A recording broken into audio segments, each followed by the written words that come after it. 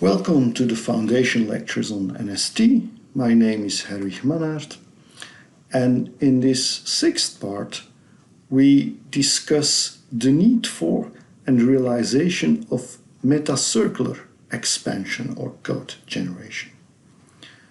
We have seen in the previous parts that we need software element structures to interconnect with the various solutions for cross-cutting concerns in software systems. And we have defined 5 types of elements which are closely aligned to the basic fundamental concepts of computer processors and software programming environments, being data elements, task elements, flow elements, connector elements, and trigger elements. We have also stated that it's obvious to use code generation techniques to create instances of these recurrent similar element structures. And because we have such simple and deterministic element structures, we refer to this process as expansion and to the code generators as expanders. Now, that means that we are also dealing with automatic code generation or automatic programming. And automatic programming is, by definition, the act of automatically generating source code from a model or template, is sometimes distinguished from code generation, which is then performed by a compiler, but even Dave Parnas himself has said that it's always been a euphemism for programming in a higher level language than available to the programmer. So whether it's automatic programming or code generation, it's all more or less the same thing. People also refer to it as generative or meta-programming, and it's always about manufacturing software components in an automated way.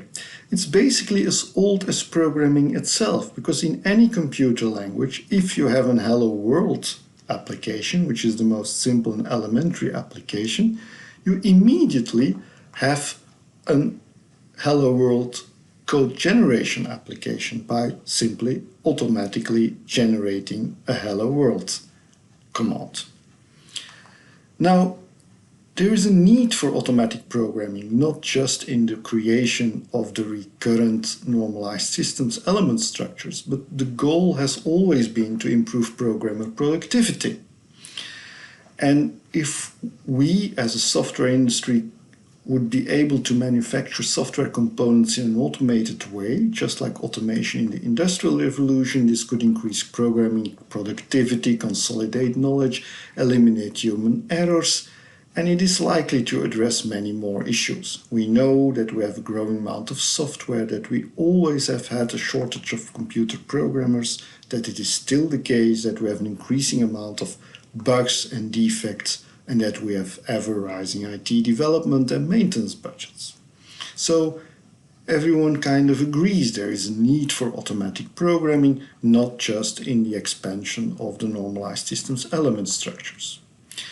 The field of automatic programming is in reality better known through a number of hypes, terminologies which are used. People talk not specifically about automatic programming, but they talk about model-driven architectures, model-driven engineering, model-driven software development, or today people talk a lot about low-code development programs. Now, all these techniques have in common that they are in an essential way automatic programming variants. They use domain models, higher level description, languages to model things and to generate code. So it is always about the use of models to structure requirements and to represent domain knowledge.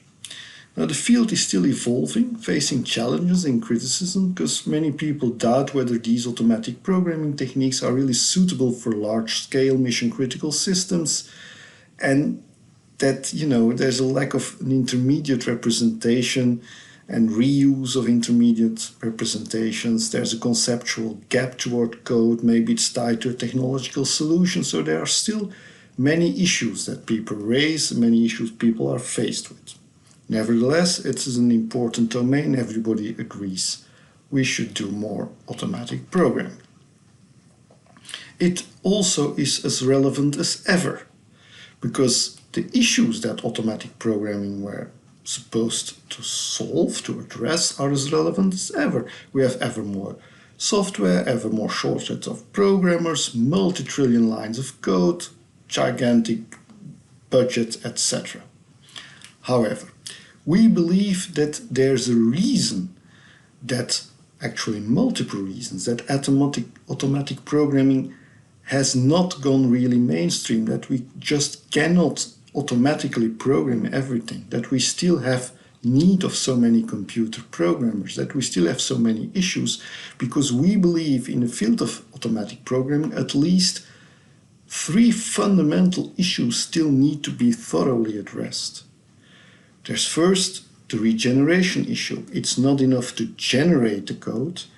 You need to be able to add, to insert, to introduce custom code, and you need to be able to harvest that, regenerate code, and re-inject that. We think that certainly in automatic programming systems, we need meta-circularity. And I will explain this in this part. And we need programming interfaces, open, scalable programming interfaces to support scalable collaboration. Now, the first thing, the regeneration, we have argued extensively. We have said that we need recurrent structures to limit the complexity, to guarantee the consistency, that we nevertheless need to be able to adapt these recurrent structures over time to overcome flaws and technological changes, and that we need custom code, that it is inevitable, and so we need to be able to harvest, re-inject custom code in updated recurring structures. So we have argued extensively and also proposed our mechanism to have a code generation or expansion environment being able to harvest the custom code, regenerate or rejuvenate the skeleton structures or the generated code, and to re-inject the custom code. The second fundamental thing we need to solve in order to bring automatic programming to full fruition is we need to make it meta-circular. Now, what does that mean? But why do we need that? Well, there's a huge power in technological artifacts which can be harnessed if you have circularity. For instance, this is a transistor. And a transistor is a switch. Now, there are many other switches, but the interesting thing about the transistor as a switch is that it's switched by another transistor. This is a cell, and an interesting thing about a cell is that it is produced by another cell.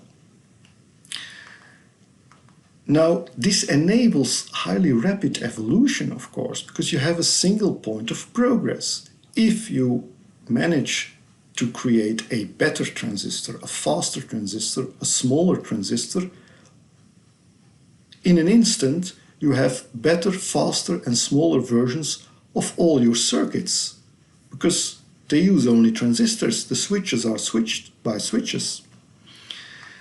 If you have an improved cell, you have an improved cell production and you have improved cellular life forms. So basically, if you have a circular thing, a circular design, you collapse or shortcut the design cycle, and you can have a positive feedback or resonance effect in a positive way.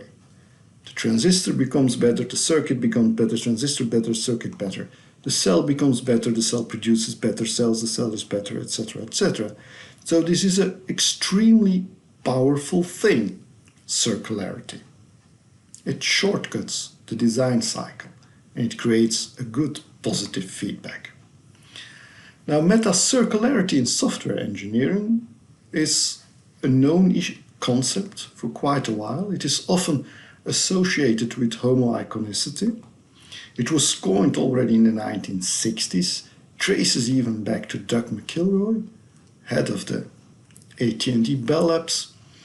And we have definitions like code as data, program structure similar to its syntax, etc. But these definitions are often considered to be vague and controversial.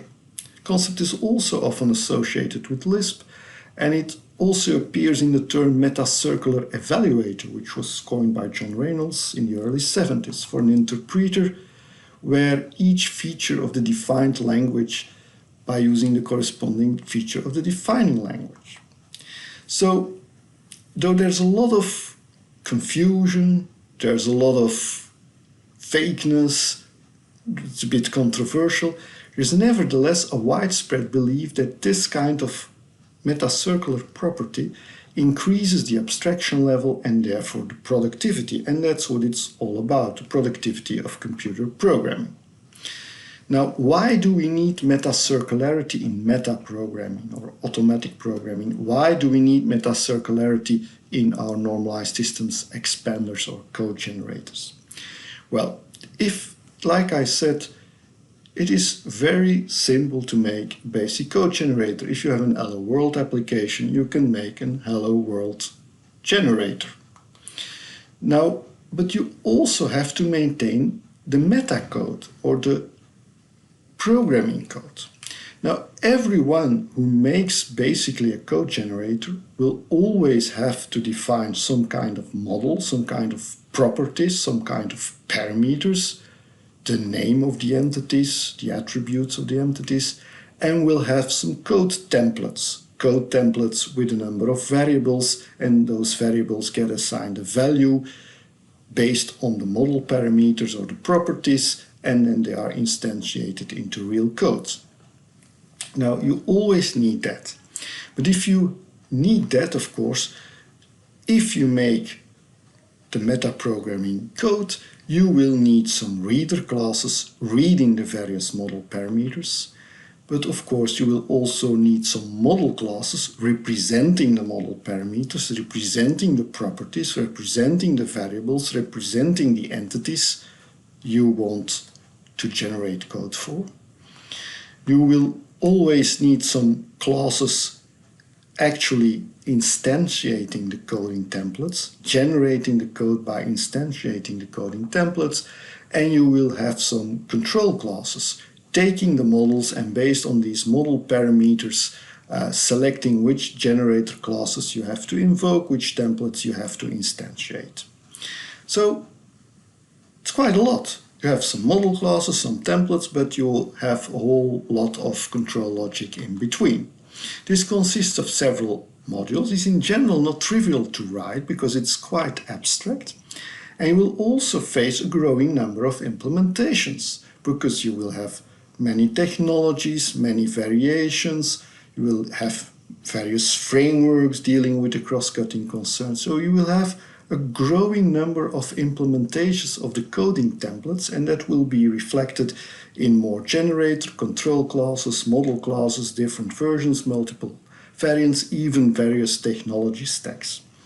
And this code generation software will have to adapt to evolutions of its underlying technology, which may even become obsolete if the programming language or environment or frameworks is not used that much anymore.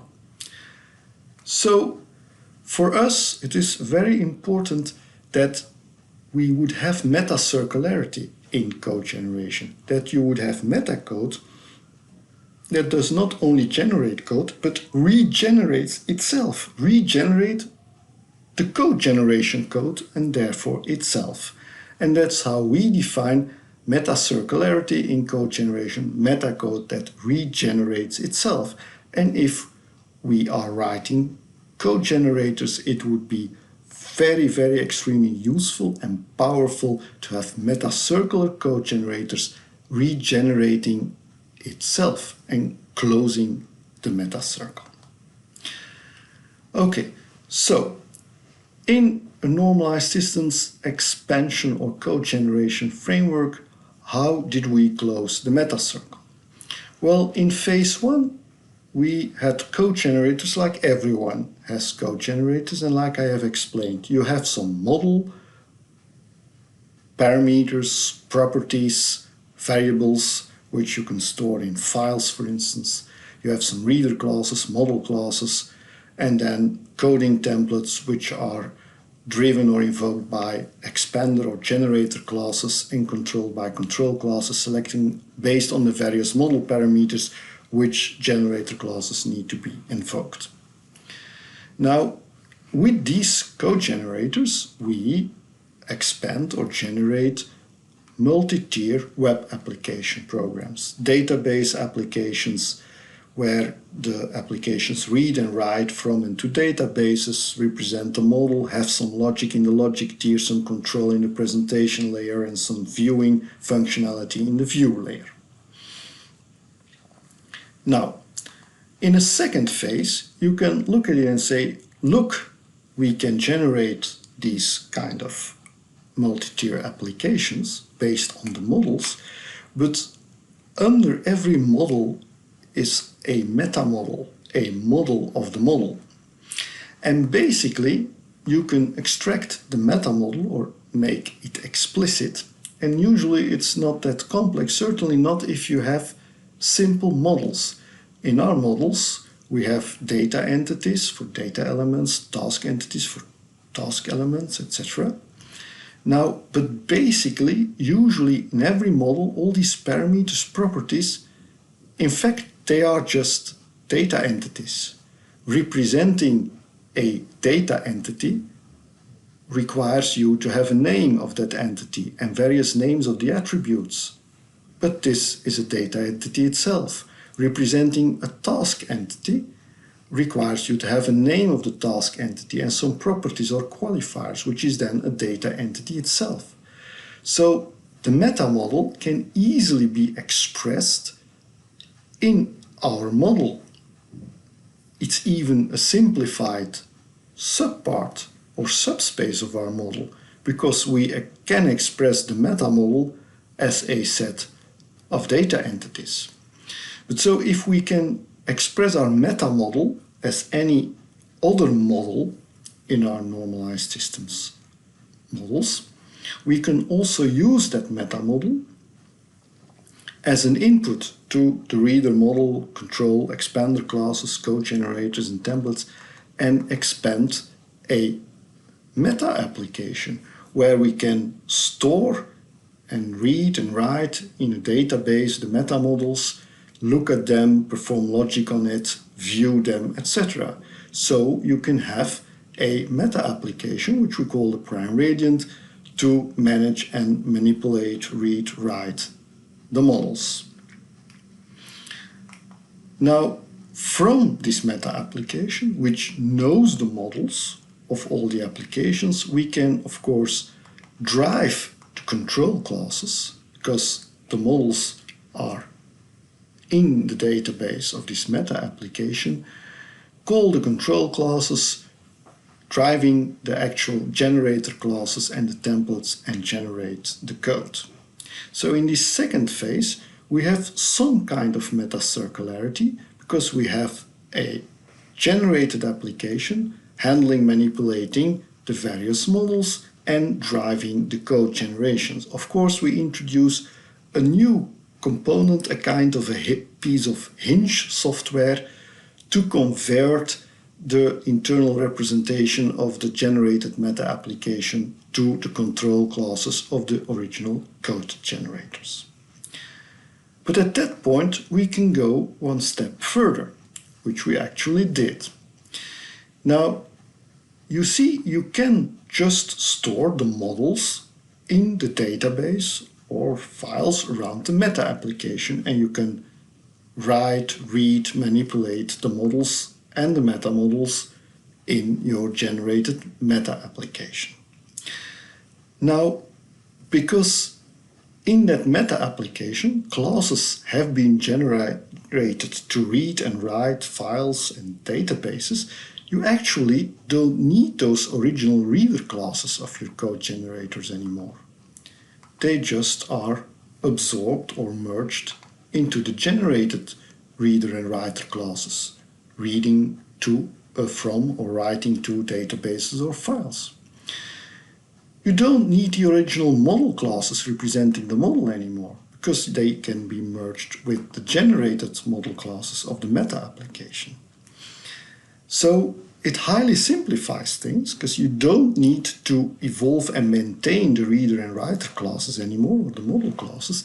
And that simplification can be taken a step further. Even the control classes you don't need anymore, and the expander classes and the software hinge, because we went over to a declarative way of defining the various code generators of expanders and the various applicability conditions and tying them to the various coding templates.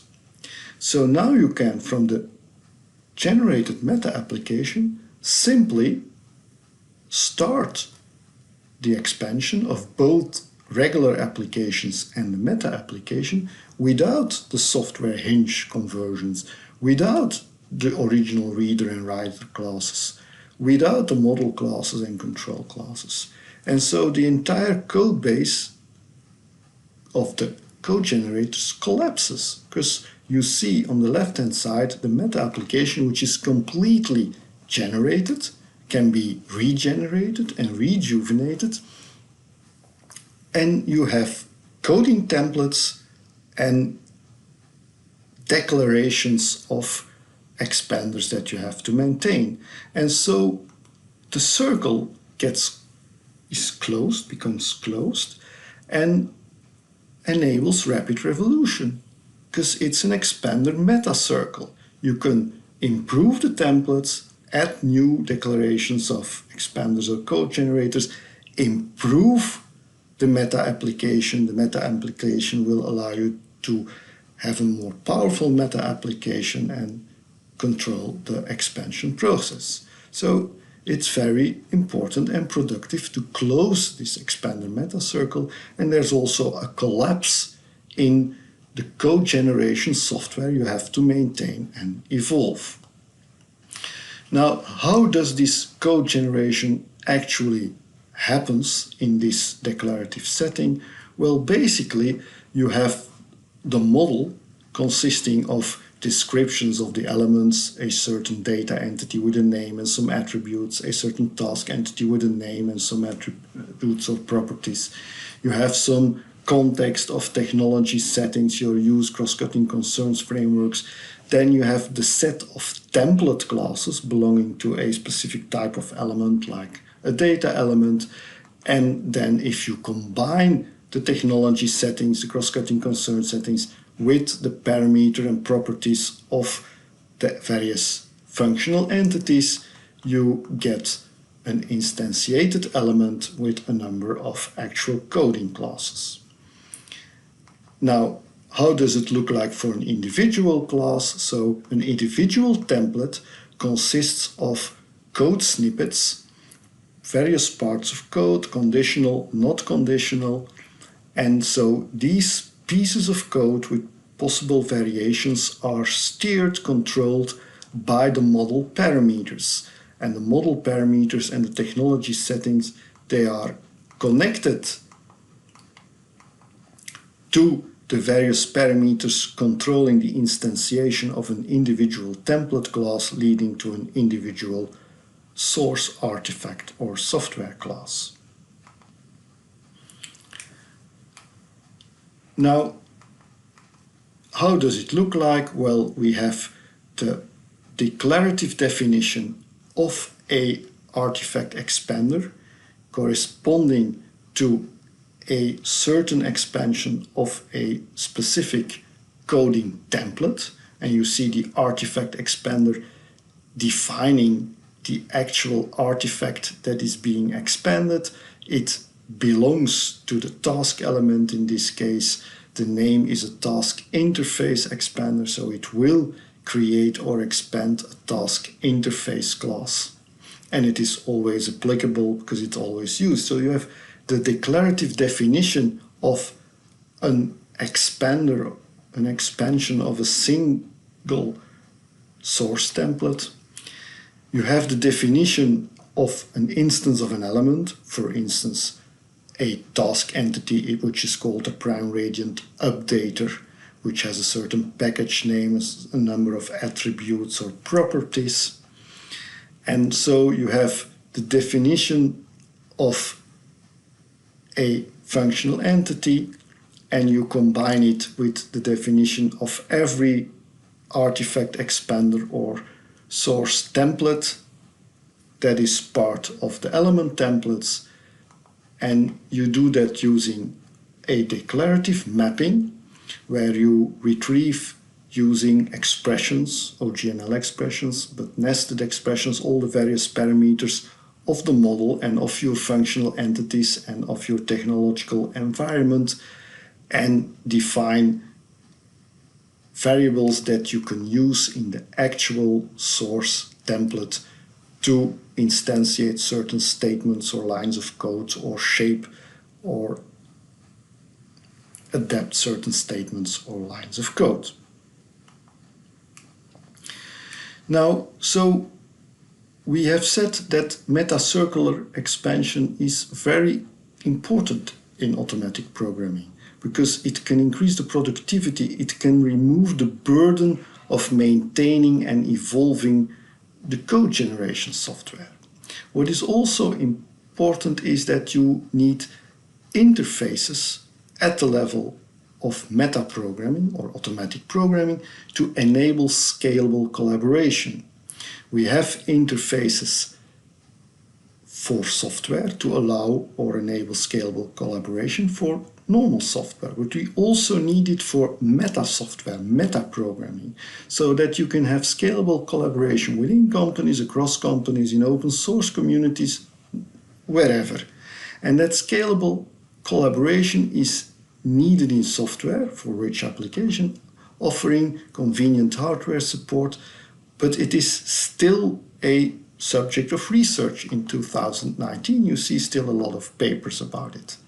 Now, automatic programming always performs a transformation from domain description language, from intermediate models to code generators and programming coding. And we basically need open, scalable interfaces at both ends to add or extend domain models on the one hand and to add or replace code generators on the other hand. And the proposed meta-circular structure not only removes the burden of maintaining and evolving the code generation software, it also highly simplifies the definition of the interfaces, because it allows you to separate the both ends, to separate the definition of the interface for the models at the one hand and for the actual code generators or templates on the other hand. Now, looking at this picture again with the expander meta circle, you see that on the one hand you are able to define additional expanders, additional or modified or improved coding templates, to define, identify additional improved coding templates, and on the other hand to define additional parameters, properties, attributes of the meta model, or even entities of the meta model, and for these entities define then once again specific templates or expanders. So you not only remove the burden of maintaining all this code generation software, you also decouple both sides of the meta-programming interfaces, the side of the models, parameters, properties on the one hand, and the side of the actual coding templates on the other hand, and allowing people to define additional meta-parameters, properties, and to use them to shape the templates on the other side without having to bother to pass them through the entire control structure, because the control structure is not there anymore. It has not only evaporated, removing the need to maintain and evolve it, it has also evaporated and is allowing or enable people to define additional meta parameters and to use them in the coding templates. So you can extend or add additional parameters or properties to your models. You can have additional or improved versions of your coding templates, tie them to the additional, connect them to the additional defined parameters and generate improved or extended source artifacts. Now, circularity is a very powerful thing, and it shortcuts the design cycle, and you don't only have the expander meta circle, the meta circle connecting the expanders and the meta application, improving the expanders, having a better meta application, being able to improve the expanders once more. It also shortcuts a second circle, because if application programmers write custom code, they often see that custom code they are writing is quite repetitive in nature and is suited to include, to generalize it into expanders, into coding templates. They will often see that they're writing custom code in a repetitive way, doing 3, 4, 5, 6 times the same thing with small variations, and at that point this kind of custom code matures. And this kind of custom code becomes eligible to be included in the code generators, expanders, or in the coding templates. So part of the custom code can be generalized to templates, can become available afterwards in the code generators, and removing the need for some of this custom code. Having more efficient ways of doing it, having less custom code to maintain. So you have a second meta circle, which is quite powerful, by people looking at their custom code, looking at repetitive implementation with slight variations, generalizing them, and introducing features in the expanders or code generators. And that's why we believe that we're now far enough to have an open scalable interface for meta programming.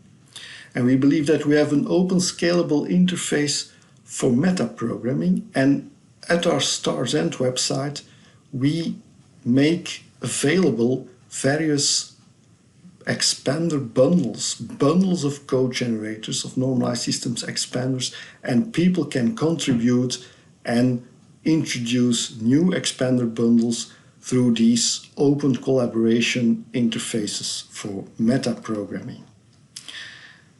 And the whole point is that meta circularity is an incredible powerful thing. It can shortcut the design cycle. It can bring positive feedback, even dynamic instabilities in the way we want it, or resonance. Because people making custom code can generalize this to meta code or automatic programming code, and everybody else can enjoy it. And every contributor can do that, and every contributor can enjoy the contributions of everyone else who has done something in a repetitive way with numerous slight variations, and who is able to generalize it, can turn it into a piece of code generator. And all the other ones can enjoy it, and that can be done for various languages, Java, JavaScript, Python, ETL, whatever, because in the declarative definition of the code generators, you don't have to maintain them in a specific language anymore. Only the templates are aware of a programming language, not the environment around it. So you can work together even with various programming languages and various scripting languages, because the control structure of the code generators has disappeared, has evaporated. And so it is our dream, and we believe it is coming nearer and nearer, to turn every programmer into a meta programmer. Every programmer who is now daily doing repetitive things, slight variations of the same, enabling him, empowering him or her to generalize these pieces of code into coding templates, defining them in a declarative way as expanders or code generators, and therefore create a meta-circular instability or resonance effect. Now, of course, if you have any remarks or questions, you are very welcome to send them. I thank you.